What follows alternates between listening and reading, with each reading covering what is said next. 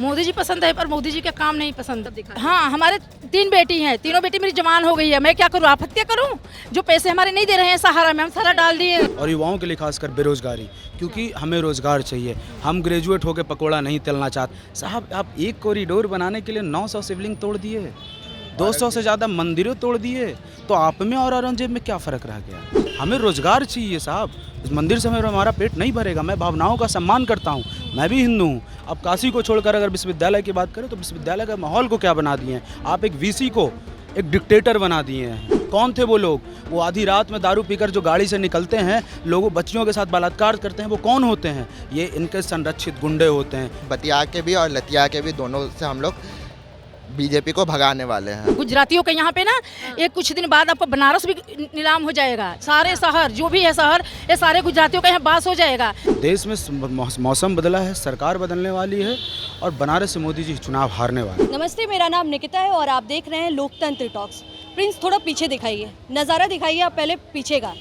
ये नज़ारा आप देख करके ही समझ गए होंगे कि ये कौन सी जगह पे हमारी उपस्थिति है। हमारी उपस्थिति हम आपको बता देते हैं बीएचयू में है। बीएचयू जो केंद्रीय विद्यालय कहा जाता है, विश्वविद्यालय कहा जाता है, और ये बीएचयू का बीटी कैंपस है। यहाँ पे विश्वनाथ मंदिर है, विश्वनाथ टेम्पल है, और यहाँ पे हमारे साथ कुछ युवा हैं। हम इनसे बात करने की कोशिश करेंगे, इनसे जानने की कोशिश करेंगे कि बनारस में चुनाव का क्या माहौल है। बनारस में 1 तारीख को वोटिंग है। प्रधानमंत्री नरेंद्र मोदी तीसरी बार फिर से बनारस से ही चुनाव लड़ रहे हैं। 2 बार बनारस के लोगों ने ही जितवा करके उन्हें गद्दी पर बैठाया है।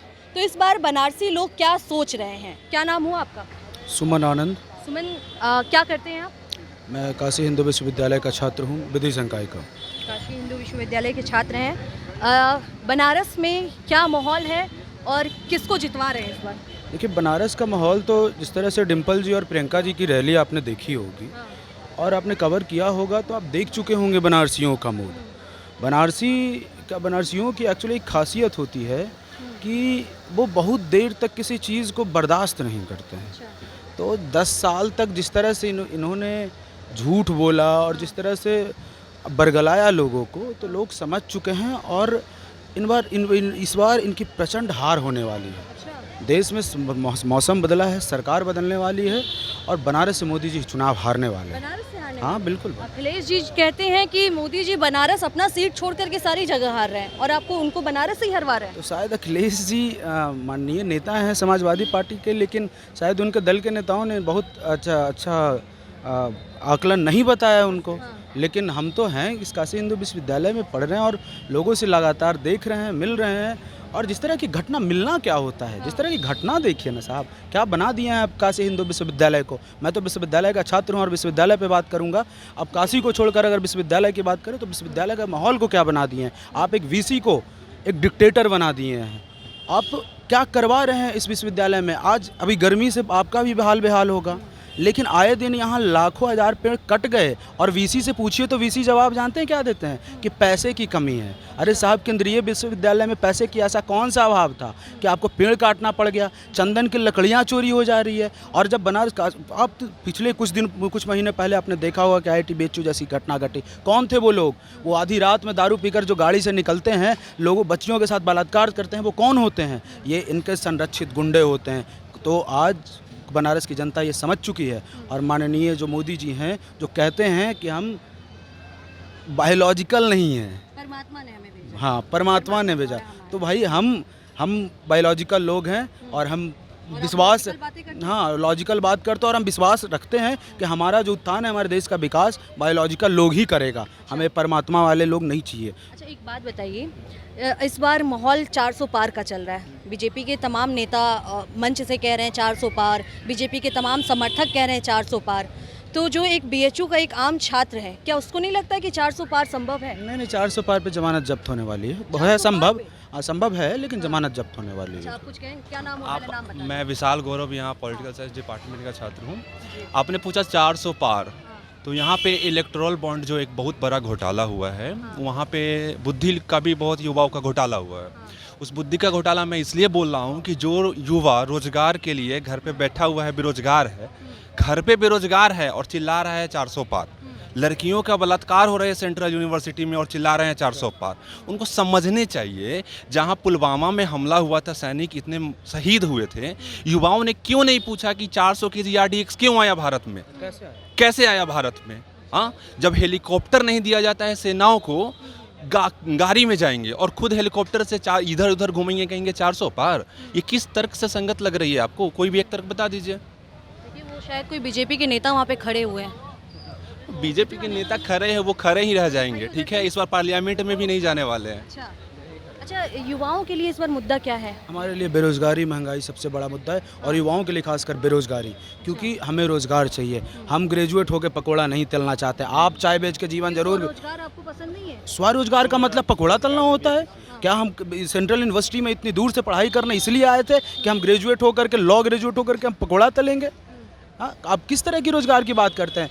इससे पता चलता है कि आपका नेता कैसा है। अगर आपको पकोड़ा तलना रोजगार लगता है, इसका मतलब है कि आपका जो रोजगार का आकलन किससे है? किस चीज़ को आप लोग रोजगार की गिनती में लेते हैं? देखिए, क्या सरकारी नौकरी सिर्फ रोजगार नहीं, का नहीं, है? आप सुनिए।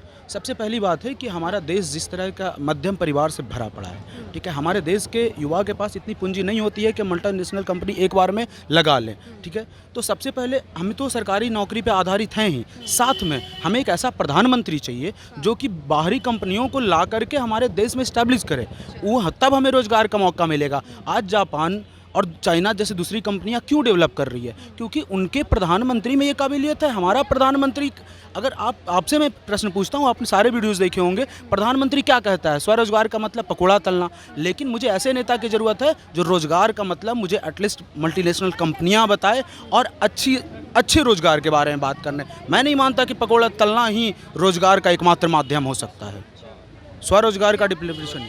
आपने इनसे पूछा कि रोजगार का क्या मतलब है, तो रोजगार का मतलब एक सरकारी नौकरी ही हम लोग नहीं मान रहे हैं, उसका तो पेपर लीक हो ही रहा है। आपने बहुत अच्छा प्रश्न किया कि स्वराज, तो स्वरोजगार होता है, तो स्वरोजगार में भी एक मेन इशू नया आई है। निर्मला सीतारमन जी से एक युवा ने प्रश्न पूछा कि हम लोग इंटरप्रेन्योर है, नया चीज़ चालू किए हैं, तो हमारा पैसा हमारा लग रहा है, उसमें रिस्क होगा, घोटाला हमारा होगा, नुकसान हमको होगा, लेकिन जब मुनाफा होता है तो उसमें आप टैक्स जोड़िए, CGST, SGST, IGST। तो ये तो ब्रिटिश राज में जैसे टैक्स वसूली की जाती थी वैसे ही तो अभी हो रही है। तो स्वरोजगार में भी हमें कहाँ फ़ायदा मिल रही है, हमें ये बता दीजिए। तो ऑप्शन के तौर पे फिर किसे देख रहे हैं आप लोग? क्या इंडिया गठबंधन की अगर सरकार आएगी तो फिर प्रधानमंत्री के तमाम चेहरे हैं? फिर तो प्रधानमंत्री कह रहे हैं जो हर मंच से कि 5 साल में 5 प्रधानमंत्री मिलेंगे देश को, फिर तो ये भी संभव है। प्रधानमंत्री का अभी बस एक ही चेहरा है। इंडिया गठबंधन अगर यूपी का बात किया जाए तो यहाँ पे कांग्रेस और सपा की सरकार है। कांग्रेस बतियाने का काम करती है और सपा लतियाने का काम करती है। और बीजेपी को अभी दोनों की ज़रूरत है। बतिया के भी और लतिया के भी, दोनों से हम लोग बीजेपी को भगाने वाले हैं। बीजेपी लगता है कि आपको भाग जाएगी? बिल्कुल भागेगी। बीजेपी ने 10 साल, अरे बीजेपी भागेगी तो ये 1-2 सालों के लिए नहीं भागेगी। जिस तरह से 60 साल, जैसे हम लोग कहते हैं ना कि 10 साल हमें ये समझने में लग गया कि हमारे पूर्वजों ने क्यों नहीं बीजेपी को चुना था इसके पहले, तो 10 साल में हम ये बिल्कुल समझ चुके हैं। इस चीज़ को भी तो हम मतलब नज़रअंदाज तो नहीं कर सकते ना कि 10 सालों में बनारस का विकास हुआ है। बिल्कुल इस पे आएंगे। बनारस किस लिए जाना जाता है? बनारस एक आस्थाओं का शहर है। बनारस अपने पौराणिक चीज़ों के लिए जाना जाता है। साहब, आप एक कॉरिडोर बनाने के लिए 900 शिवलिंग तोड़ दिए, 200 से ज़्यादा मंदिरों तोड़ दिए, तो आप में और औरंगजेब में क्या फ़र्क रह गया? औरंगजेब भी मंदिर तोड़ करके किसी चीज़ का निर्माण करता था। आप एक कॉरिडोर बनाने के लिए, ख्याति पाने के लिए 900 से ज़्यादा शिवलिंग और 200 से ज़्यादा मंदिर तोड़ दिए। तो इस तरह की डेवलपमेंट, जो इस तरह का एक ख्याति जो होता है, वो हमें नहीं चाहिए। बनारस को एक अपने आप में परिपूर्ण है। अच्छा, ठीक है, आप कह रहे हैं कि बनारस में या फिर देश में, केंद्र में आपको फिर से बीजेपी नहीं चाहिए, मगर बीजेपी के विकल्प में किसे देख रहे हैं फिर आप लोग? कांग्रेस को देख रहे हैं। कांग्रेस को देख हाँ, रहे हैं। बिल्कुल। 2014 में अजय राय यहीं से खड़े हुए थे, इनके ही सामने खड़े हुए थे और अपना जमानत जब्त करा लिए थे। 2019 में तीसरे नंबर पे आए थे, शालिनी जी दूसरे नंबर पे थी। 2024 में फिर से अजय राय जी खड़े हैं। तो क्या इस बार लगता है कि अजय राय जी मुकाबला टक्कर का दे पाएंगे? देखिए, दशा 10 साल की होती है। और जब दशा बिगड़ती है तो बहुत बुरी हालत होती है, और मोदी जी की दशा बिगड़ने वाली है। अजय राय पूर्ण बहुमत से चुनाव जीतने वाले हैं, और वो बनारसी हैं, वो बनारसियों की मनोदशा को समझते हैं, उनकी भावनाओं को समझते हैं। तो अजय राय जी बनारसी मिलकर अजय राय जी को पूर्ण बहुमत से चुनाव जीता। अच्छा, ये अजय राय क्यों पसंद है युवाओं को? क्योंकि अजय राय युवाओं की बात करते हैं, रोजगार की बात करते हैं। हमें रोजगार चाहिए साहब, इस मंदिर से हमारा पेट नहीं भरेगा। मैं भावनाओं का सम्मान करता हूँ, मैं भी हिंदू हूँ, लेकिन इसका मतलब ये नहीं कि सिर्फ मंदिर करके रोजगार को गायब कर देंगे आप, तो सब कुछ हावी नहीं हो सकता। इसलिए अजय राय बहुत अच्छे प्रत्याशी हैं और चुनाव प्रचंड बहुमत से जीत रहे हैं। चुनाव प्रचंड बहुमत से जी। हालांकि बीजेपी कह रही है कि इस बार सिर्फ जीतना ही नहीं, इज्जत बचाना भी है। उनका अरे मोदी जी का ना बिल्कुल नहीं, उनका अजय इज्जत राय बचाना बहुत जरूरी है। प्रधानमंत्री हैं, जमानत जब्त होगी बहुत बुरा लगेगा भाई उनको, तब ये सब बचाना जरूरी है। उनको मेहनत करनी चाहिए। हाँ बिल्कुल, अरे उनको मेहनत करना, उनका मेहनत जरूर करना जरूरी है, वो मेहनत करें। ऐसे ही दरवाजे पे मैं हूँ मोदी का परिवार, अंदर से बंद रहे दरवाजा, बाहर से चिपका दे मैं हूँ मोदी का परिवार, से वोट नहीं मिल जाता। यही हो रहा है अभी बनारस में। के लोग भी तो मोदी के ही परिवार के हैं, क्योंकि ये तो घर है उनका। किसके घर है? गुजरातियों का घर हो गया बनारस, कि बनारसियों बहुत का जगह घर। कैसे नहीं, सुनिए आप, अब मेरी बात सुनिए। काशी हिंदू विश्वविद्यालय में बैठी हुई हैं आप, यहाँ हर अच्छे पोस्ट पे गुजरातियों को लाकर बैठा दिया गया, हर टेंडर में गुजरातियों को भर दिया हम गया। यहाँ पे जब से आए हैं ना, तब से हम यही सुन रहे हैं कि बनारस में गुजरातियों को भरा जा रहा है, गुजरातियों को भरा जा रहा है। ये क्या लॉजिक है? लॉजिक क्या है भाई? आप बनारसियों का है, यहाँ के टेंडर यहाँ के बनारसी करें, यहाँ बनारसी भूखे मरेंगे, हर जगह गुजरातियों को, ये लॉजिक नहीं कैसे है? ये लॉजिक है, बिल्कुल है, क्योंकि बनारस बनारसियों का है और यहाँ के लोग भूखे नहीं मरेंगे। यहाँ के लोगों को यहाँ का बेटा न्याय दिलाएगा जो अजय राय है। मोदी जी पसंद है, पर मोदी जी का काम नहीं पसंद है। पहले आपका था, नाम क्या हुआ? हमारे नाम सरस्वती देवी है। अच्छा, मोदी जी का काम क्यों नहीं पसंद? क्यों नहीं पसंद है कि जब ये पहली बार प्रधानमंत्री बने ना, तो हम लोग बहुत सपोर्ट किए, और बाद में ये क्या किया, जो सहारा में हम लोग पैसा रखे थे ना, कि हमारे बेटी एक 25 साल की हो गई है, एक बेटी 22 साल की हो गई है, और एक बेटी मेरे 18 साल की हो गई है, और हमने पोस्ट ऑफिस से पैसे सारा निकाल के सहारा में डाल दिए। और ये मोदी जी माइक में खड़ा होकर जो बोले, वो अब क्यों नहीं बोलते हैं कि मोदी जी कहते थे कि आपका पैसा मिलेगा, और हमारी बेटी 25 साल की हो गई, हम वो ब्याह नहीं हम कर पा रहे हैं, क्योंकि हमारे पास पैसा नहीं है। हमारे आदमी सब्जी बेच के गुजारा कर रहे हैं। अब ये बताइए कि हम बेटियों को क्या करेंगे? वो बोलते हैं बेटी बचाओ बेटी पढ़ाओ। कहाँ से बेटी पढ़ेगी और बचेगी? जो पहले 10 रुपया में जो कार्ड भराता था मोबाइल में, तो हम लोग बात कर लेते थे, किसी बेटी की इज्जत कहीं लूटी जाती थी तो उसके मोबाइल में पैसे नहीं हो तो घर से फ़ोन जाता था, तो बेटी बताती थी कि माँ मैं सुरक्षित नहीं हूँ या सुरक्षित हूँ। ये मोदी जी ऐसा कर दिए कि मोबाइल में अगर पैसे नहीं रहेगा डालोगे तब फ़ोन ना आएगा ना जाएगा, चाहे बेटी की इज्जत लूटा जाए। तो ये जब इज्जत लूटी जाती है ना, तो ये मोदी जी क्या करते हैं, उसको पर्दा डाल देते हैं। और आप जो ये चैनल पे दिखा रहे हैं ना, ये भी पता नहीं आप डर से डालेंगे कि नहीं डालेंगे, हमको पता है, लेकिन हम स्वतंत्र मीडिया, हम सब दिखा। हाँ, हमारे 3 बेटी हैं, तीनों बेटी मेरी जवान हो गई है, मैं क्या करूँ? आप हत्या करूँ? जो पैसे हमारे नहीं दे रहे हैं सहारा में, हम सारा डाल दिए हैं। आप इतनी नाराज हैं मोदी जी से। मोदी जी और बीजेपी के तमाम नेता कहते हैं कि हम महिलाओं की बात सुनते हैं, महिलाओं की रिस्पेक्ट करते हैं, महिला सशक्तिकरण की बात करते हैं, महिलाएं मजबूत हुई हैं 10 सालों में। ये नहीं करते हैं। पता है किसको करते हैं? जो उनके पार्टी के लोग हैं ना, पैसे वाले हैं, उनको ये बस सपोर्ट करते हैं, गरीब के लिए नहीं, हम गरीब हैं। और आपको बता रहे हैं ना, जो ये चैनल पे हम लोग बोल रहे हैं आप नहीं दिखाएंगे, हम ये भी बता रहे हैं। इतना विश्वास क्योंकि हम नहीं दिखाएंगे? हमें विश्वास है इसलिए कि हम रात भी टीवी देखते हैं 11 बजे तक, और दिन में भी। कौन सा चैनल और देखती हैं आप? हम हर एक चैनल देखते हैं, लेकिन हमें ना, आपको बताएं, मैं मोदी जी के बहुत पसंद करती थी, और सारे हमको बोलते थे कि तुम मोदी के दीवानी है, पर आज ना मोदी जी का वोट देकर जिताए हैं। पर मोदी जी क्या किए हैं हमारे लिए? हमारे बेटी जवान हो गई 25 साल के, अगर की तो बेटी आप हत्या कर लेगी या मैं कर लूँगी, आही होगा। उसके बाप क्या करे बताओ? कहीं जाते हैं ब्याह शादी करने, 4 लाख रुपये 5 लाख दहेज मांगते हैं। हाँ, अब क्या करेगा? अब वो जो भाई हमारे यहाँ पे मीडिया पे पहले बोल के गया है ना, सही बोला है। गुजरातियों के यहाँ पे ना एक कुछ दिन बाद आपको बनारस भी नीलाम हो जाएगा। सारे शहर जो भी है शहर, ये सारे गुजरातियों का यहाँ बास हो जाएगा।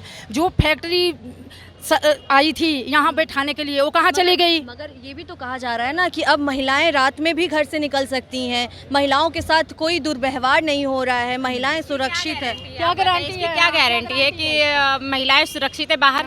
क्या गारंटी? उनके साथ कौन से बॉडीगार्ड चल रहे हैं या बीजेपी दे रहे हैं? कौन से? आप बताइए। नहीं घूम रहे हैं। क्या मतलब क्या सुविधा, क्या मोदी सरकार सुविधा दी है उनको? सशक्त किया गया है, लखपति दीदी बनाया जा रहा है।